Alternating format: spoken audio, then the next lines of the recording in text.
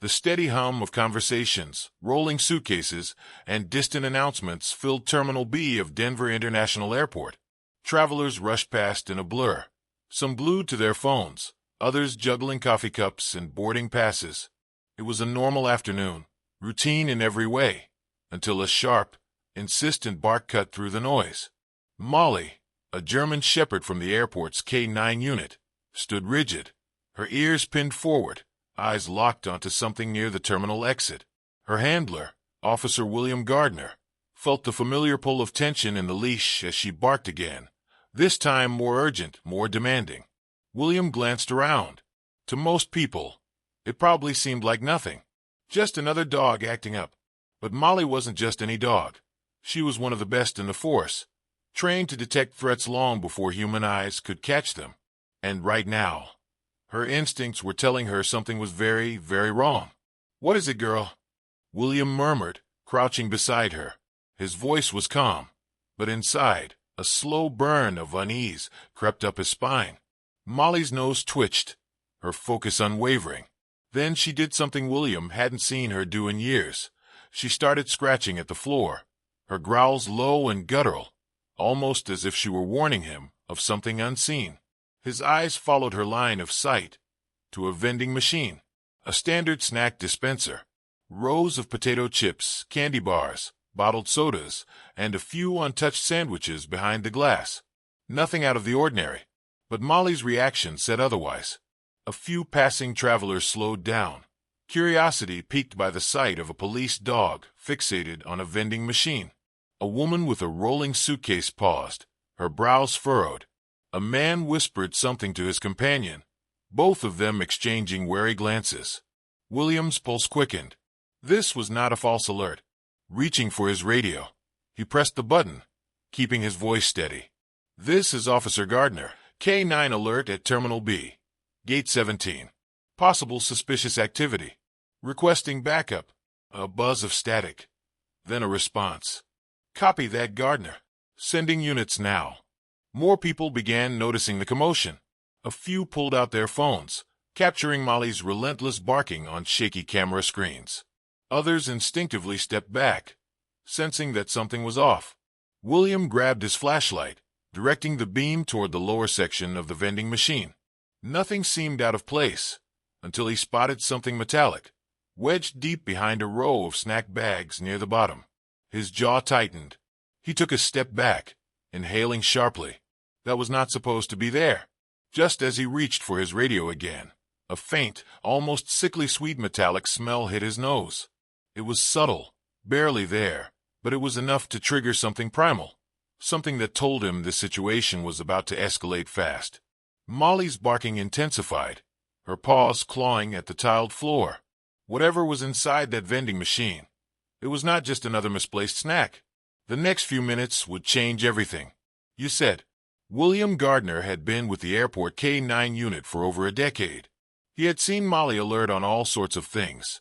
Drugs tucked inside luggage, undeclared cash hidden in coat linings, even a small knife taped inside a passenger's shoe.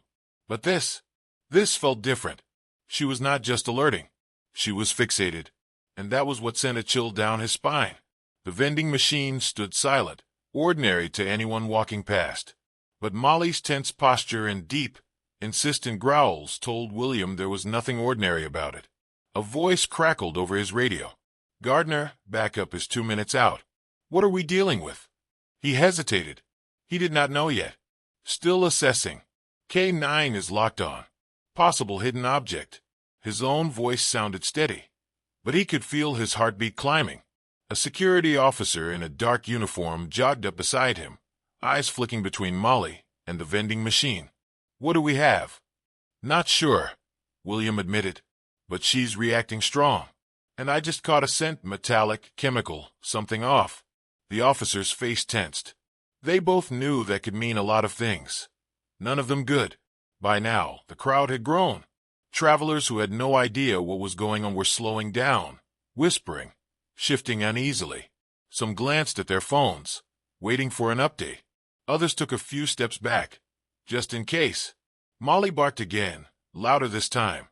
William's grip on her leash tightened. "Easy, girl. He scanned the vending machine again, tracing his flashlight beam along the edges, searching for anything out of place. There, the metallic glint. Small, barely visible behind the snack bags. It could be anything. A forgotten coin, a maintenance tool, a piece of broken machine hardware. But the smell, that was what bothered him.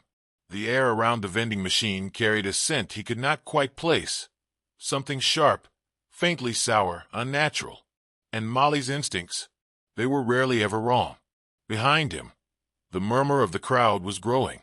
A young man in a business suit turned to the woman beside him. "Do you think it's a bomb?" The word hung heavy in the air. William ignored it. He could not afford assumptions. Then, without warning, Molly lunged forward, her claws scraping the tile. She was trying to get behind the vending machine. Something there had her on high alert. The security officer stiffened. "We need to clear the area." William nodded, grabbing his radio. "Dispatch, I need immediate clearance of Terminal B, Gate 17. Evacuate all civilians within a 50-foot radius. Bomb squad on standby." "Copy that." The officer turned to the growing crowd, lifting both hands. "Ladies and gentlemen, we need you to step back now. Please move toward the other end of the terminal." Some passengers hesitated. Others exchanged nervous glances before backing away, dragging their suitcases with them. Molly kept barking, her body rigid, eyes never leaving the vending machine. Williams got twisted. What the hell is in there? Seconds later, another set of officers arrived, quickly forming a perimeter. They were used to false alarms, unattended bags, misplaced electronics, things that looked suspicious but turned out harmless. But this did not feel like a false alarm. One of the officers approached. "Gardner, we're setting up a restricted zone. Bomb squad's en route." William exhaled. Good. They needed to get inside that machine fast. Molly had stopped barking, but she was tense, muscles coiled like a spring, as if she was waiting for something only she could sense. William crouched beside her, running a hand over her head, grounding himself. "You have never been wrong before, girl," he murmured. Her ears twitched. The vending machine stood before them, silent and unassuming. But whatever was inside, it was about to change everything. The air in Terminal B had shifted. The usual airport chatter was gone, replaced by tense murmurs and hurried footsteps as passengers moved away from the restricted zone. The vending machine stood untouched, a silent enigma, while Molly sat beside it, ears pinned forward, gaze locked on something only she could sense. William kept his breathing steady as he watched the bomb squad arrive, their protective gear in place, their movements calculated and efficient. A technician set up a robotic camera, preparing to examine the vending machine's interior without putting anyone at risk. "Gardner," Sergeant Blake called as he approached, his tone firm. "Tell me what we are dealing with." William ran a hand over his jaw. "Eyes still on Molly." She alerted hard. "She never does that unless there is something real." "I caught a metallic scent chemical, maybe. Something is inside that machine, and whatever it is, it does not belong." Blake exhaled through his nose, already scanning the scene like he was putting together a puzzle. "All right, let us see what we have." He turned to the bomb squad. "Proceed." The robotic camera whirred to life, maneuvering carefully around the vending machine's base. The monitor flickered as the camera's feed came through. Rows of snack bags, bottled drinks. Nothing unusual at first glance. Then the technician controlling the robot stiffened. "Hold on. Zoom in." The image adjusted, revealing something wedged behind the lowest snack shelf. A metallic box, about the size of a small book, taped into place with thick black electrical tape. William's stomach knotted. "Possible device detected," the technician muttered into his radio. "Examining now." Molly let out a low growl. William did not like this. Not one bit. The device was not just tossed in. Someone had deliberately secured it, ensuring it stayed hidden but accessible. Blake crossed his arms. "We need to clear more of this terminal." "Already in motion," William responded. The technician adjusted the camera's angle. "There are wires. No visible timer or trigger mechanism, but we cannot take any chances. We will need to extract and neutralize." A ripple of tension moved through the officers. The words wires and device in an airport setting sent a very clear message. This was serious. Blake signaled his team. Lock this place down. We are treating it as an active threat. Passengers who had been watching from a distance were now being ushered away. The air tightened, thick with an uneasy silence. William's radio crackled. "Sir, we have a complication." He pressed the button. "Go ahead." The vending machine is hardwired into the terminal's power grid. If we pull that device without knowing how it is wired, we risk triggering something. A short, a spark, a detonation if this thing is live. William's pulse ticked faster. Of course. It was not just some random placement. Whoever had done this had thought it through. The bomb technician stepped away from the screen, turning toward William and Blake. "We have two options," he said, voice measured. "One, we carefully cut power to this section of the terminal before extraction, reducing risk. Two, we go in manually and assess whether the device is an active threat before removing it." Blake's expression darkened. "We do not have time for slow plays. What if this thing is on a remote trigger?" William's mind worked quickly. If we kill the power, and the device is wired into it, that might be the trigger. Blake's jaw tightened. "So, either way, we are guessing." The technician nodded. "Until we get a hands-on assessment." "Yes." Molly whined softly beside William, shifting her paws. She could sense the rising tension. William exhaled sharply. "We need to act, but we are not playing into whoever set this up. We go slow. We go smart." He glanced at the technician. "Suit up. Let us figure out what we are dealing with before we make any moves." The technician nodded and got to work, preparing to carefully access the device while everyone else held their breath. No one said it aloud, but they all knew the truth. Whatever was inside that machine could change everything. Tension weighed heavy over Terminal B.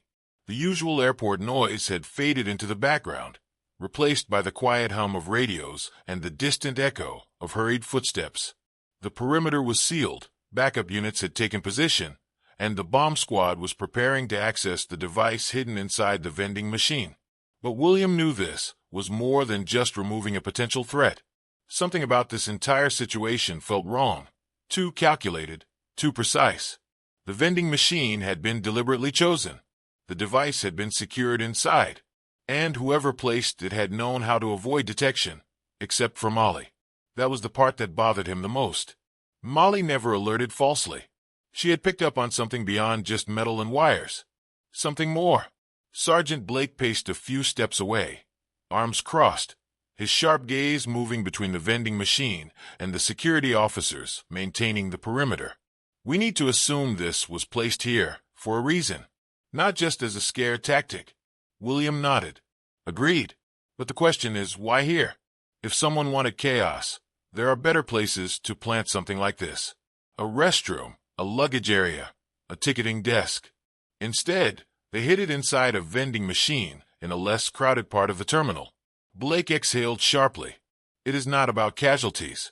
It is about sending a message." Before William could respond, his radio crackled to life. "Sir, we have another problem." His chest tightened. "Of course we do." "Go ahead," he responded, glancing toward Blake. The officer on the other end hesitated. "Security footage from the last 6 hours around this vending machine is missing." William's pulse jumped. "What?" "Someone wiped the recordings. Not just from this terminal.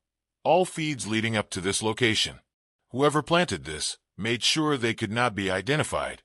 Blake swore under his breath. "That means they had access to the security network." William's mind worked fast. Not just access. They planned for this. The pieces were clicking together in the worst way possible. This was not random. The vending machine was chosen deliberately. The footage was erased, meaning the suspect knew how to cover their tracks. Molly's alert suggested that the device itself might not be the real threat, which meant what exactly were they missing? Just as the thought settled in his chest like a stone, a distant alarm blared. An officer near the security station turned, eyes wide. "That is an unauthorized exit breach." Blake snapped toward the source of the noise. "Where?" The officer checked his monitor, face pale. "Terminal C, Gate 25. Someone just forced their way through a staff-only door." William and Blake exchanged a look. This was not a coincidence. Someone had been here, watching, waiting. And now, just as they were focused on the vending machine, they were making their escape. William grabbed his radio. Get a description. Now. The response came fast. Suspect was wearing a gray hoodie, dark jeans, and a backpack. Security got a glimpse before they slipped through the exit, but the cameras didn't capture their face. Blake clenched his jaw. Same person. Had to be. Who else would risk exposure at the exact moment the vending machine was being investigated? William exhaled, forcing himself to stay sharp. We cannot split resources. We need to secure this device first, fast. The bomb technician was already in position, moving with slow precision as he reached inside the vending machine. The entire room seemed to hold its breath as he carefully peeled back the black electrical tape, securing the metallic box. William watched tense. Molly sat beside him, ears still pinned forward. Then a flash of movement. The technician froze, then reeled back. This isn't a bomb. Blake stepped closer. Then what is it? The technician swallowed, his face tight. It is a transmitter. William stiffened. A tracking device. The technician nodded. It is crude but functional. Someone put this here to send a signal.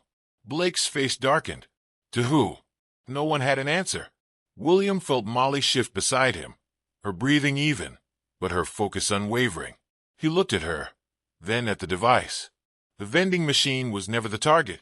It was a beacon, and someone out there was listening. Silence hung thick over the restricted zone. The vending machine, once an unremarkable fixture in the terminal, now felt like the center of something far bigger, something no one had fully grasped yet. William stared at the transmitter, his mind racing. This was never about an explosion, never about destruction. Whoever planted this had been sending a signal, but to who? And more importantly, was it already received? Sergeant Blake was already moving. We need to trace the frequency. He turned to the technician. Can we tell where this thing was transmitting to? The technician shook his head. Not without specialized equipment. But I can tell you one thing. It is still active. A cold sensation trickled down William's spine. Which means whoever placed this knows we found it. Blake swore under his breath. So this wasn't just a signal. It was a trigger. Before the weight of those words could settle, another officer rushed up, breathless. Sir, we have another discovery. William turned sharply. What now? The officer held up a sealed evidence bag. Inside was a crumpled envelope, its edges slightly burned as if it had been near something hot. We found this in a maintenance closet. Someone stashed it behind an old circuit panel. Blake took the bag, flipping it over. Scrawled in uneven red ink were the words, "You were never meant to stop this." William's stomach dropped. Molly let out a low whine, shifting beside him. The vending machine, the transmitter, the erased footage, the forced exit breach at Terminal C. This was all misdirection. They had been led here. William turned to Blake, voice low. We need to check the rest of the airport. Now. Blake nodded, already calling for additional units. Lock everything down. Search every restricted area, every maintenance corridor, every blind spot. William gripped Molly's leash and exhaled. Somewhere in this airport, something was still happening, and they were already one step behind. William Gardner moved fast, his pulse hammering in his ears as he and Molly pushed through the thinning crowd. The airport was still operational, but tension lingered in the air. Officers were sweeping the terminals, but William knew one thing for certain. They had already been played once. They couldn't afford to be played again. The message on the envelope stuck in his mind. You were never meant to stop this. That meant one of two things. Either the real threat was still active, or something had already been set in motion. Molly trotted at his side, her nose twitching, her body alert. She could feel it too, that lingering danger just beyond their reach. Sergeant Blake's voice crackled over the radio. Gardner, we're pulling all security feeds now. If there's anything we missed, we'll find it. William didn't answer. His gut told him the answer wasn't on a screen. They had wasted too much time already. The vending machine, the transmitter, the security breach, they had all been distractions. Molly suddenly stopped. William felt the jolt in the leash before he saw it. Her entire body tensed, ears locked forward, eyes focused on something in the distance. Gate 22. There was nothing unusual at first glance. Passengers sitting, some checking their phones, others chatting. A normal scene. Until William's eyes landed on the backpack. It was shoved partially under a row of seats, wedged in just enough to look like it had been forgotten. But Molly's reaction told him everything he needed to know. This was it. William's radio was already in his hand. "I need bomb squad at gate 22 now. Possible live device." Passengers nearby turned their heads at the sound of his voice. Some saw the look on his face, the tension in Molly's stance, and they started to move before the official order even came. "Everyone clear the area." William's voice was firm, unwavering. "Move quickly, but stay calm." People scrambled from their seats, dragging their bags and children, faces twisting in confusion and fear. Blake's voice came over the radio again, sharp and urgent. "Gardner, confirm. Are you saying we have a second device?" William clenched his jaw. "I don't think this one's just a transmitter." Officers were already securing the perimeter as the bomb squad arrived, their gear clanking as they rushed in. Molly let out a sharp bark, her muscles tight. William stood back as the lead technician carefully approached the bag, his gloved hand steady as he reached for the zipper. Time slowed. Every second stretched impossibly long as the zipper peeled open. Then the air changed. William saw the wires first, twisted into a tight coil, leading into a small, crudely sealed metal container. And the timer. 004, 003. His blood turned to ice. "We have a live countdown," the technician shouted. 002. Blake's voice screamed through the radio. "Get out of there!" William grabbed Molly's leash and ran. The explosion would come any second. 001. Then the countdown stopped. Silence. The technician was frozen, his hands hovering inches from the device. William turned back, breathless. What the hell just happened? The technician swallowed hard. It shut itself off. The words made no sense. A device with an active countdown doesn't just stop. Unless William's eyes snapped to Molly. She wasn't looking at the bomb. She was staring toward the departing flight's board. And then William saw it. A flight had just taken off. One that had been scheduled for gate 22. One that had just left the ground. The sickening realization hit him all at once. The bomb wasn't meant to explode here. It was meant to go off midair. William's breath came fast as his mind connected the pieces. The bomb wasn't meant for the terminal. It was meant for the plane that had just taken off. His radio crackled. "Gardner, do you copy? What's the status of the device?" He pressed the button with shaking fingers. The countdown stopped. The bomb was rigged for something else, something bigger. "We need to stop Flight 417 now." Sergeant Blake's voice was sharp. "Say again." William spun toward the technician, still crouched by the disarmed device. "Can we tell if there's another trigger? Could this have been a failsafe?" The man swallowed hard. "It's possible. If the original detonation was remote-controlled or set for altitude, the countdown here could have been a distraction." Blake's voice came back over the radio, urgent. "FAA is being notified. Flight 417 is already climbing, 30,000 feet and rising." William turned to Molly, who was still locked onto the flight board, her body tense. She knew what was at stake. If this plane went up, it might never come back down. "Tell the FAA to order an emergency landing," William said, his voice deadly calm. "And notify the crew. They could be carrying something on board." The seconds stretched unbearable. Then a response. "FAA has made contact. Flight 417 is turning back toward Denver." A collective breath shuddered through the team.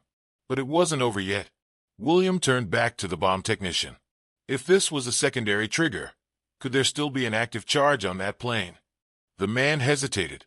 If it's a two-stage system, yes. The real bomb could still be on board. William's jaw tightened. Then we're still in danger. Molly let out a low growl, eyes locked on the runway. All they could do now was wait. Flight 417 was coming back. But what would they find when it landed? The runway lights glowed against the night as Flight 417 made its emergency descent back to Denver International Airport.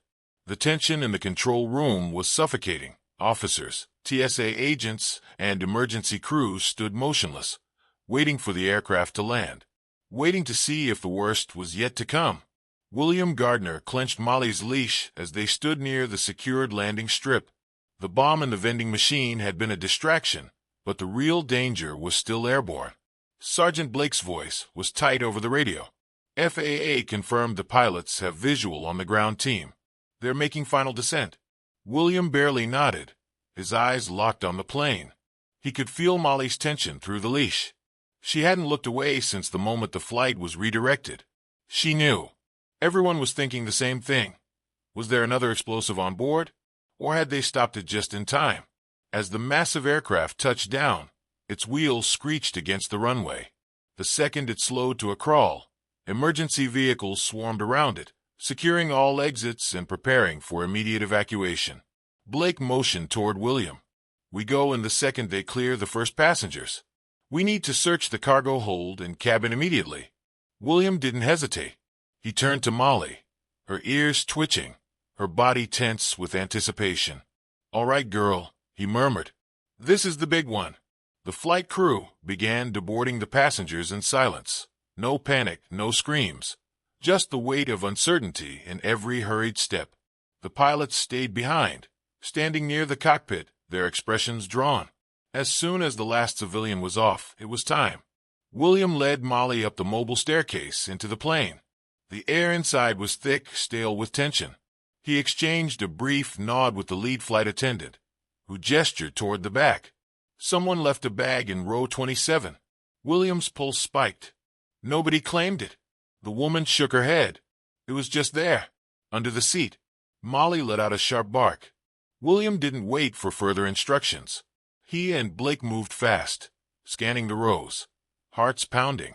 And then they saw it. A small black duffel bag, tucked just beneath a window seat, identical to the one they found at the vending machine. Blake immediately signaled for the bomb squad. We need a technician in here now. But Molly's reaction was different this time. She didn't bark. She didn't growl. Instead, she stood still, watching, waiting, like something was off. William stepped closer, his mind racing. The first bomb had a countdown, but it had stopped before detonation. This one. Something wasn't right. Blake's voice was sharp. Gardner, wait. William hesitated, every instinct telling him to listen. And then the realization hit him. This wasn't a bomb at all. It was something else. A message. A final warning. He exhaled, his hand steady as he reached for the zipper, and unzipped the bag. Inside there was no explosive. No trigger. Just a single envelope. Red wax sealed its edges, identical to the one they had found near the vending machine. William's throat tightened as he carefully opened it. The note inside was short, precise. You were never looking for a bomb. You were looking for me. And you let me walk away. The air in the cabin felt colder. William looked at Blake. They hadn't stopped anything. They had been led exactly where the suspect wanted them to go. And somewhere out there, the real mastermind was already gone. The weight of the letter settled over William like a stone. The realization was bitter. They had never been in control of this chase. The suspect had played them from the start, forcing them to react instead of lead. Blake took the note, his jaw tight. This wasn't about a bomb. It was about proving a point. William exhaled, glancing down at Molly. She sat quietly, staring at the empty bag, like she could still smell something everyone else had missed. They hadn't failed. They had uncovered something bigger. Airport security is combing through footage, Blake muttered. Maybe we'll get a hit. William shook his head. They erased the cameras at the vending machine. You really think they'd leave something here? Blake didn't answer. They both knew the truth. Whoever this was, they had planned every step, every misdirect, every calculated move. And now, they were gone. But William wasn't done. He looked at the letter again, reading those words over and over. You were never looking for a bomb. You were looking for me. And you let me walk away. Not a taunt. A promise. Blake sighed. The feds will take over from here. We'll run every print. Check for any slip-ups. William nodded, but he knew better. This wasn't over. Molly let out a soft huff, standing and pressing against his leg. She could sense it too. Whoever had done this wasn't finished. William knelt beside her, running a hand over her fur. "Next time," he murmured, voice steady. "We'll be ready." Molly nudged his hand, her tail flicking slightly. The case wasn't closed. But the hunt had just begun.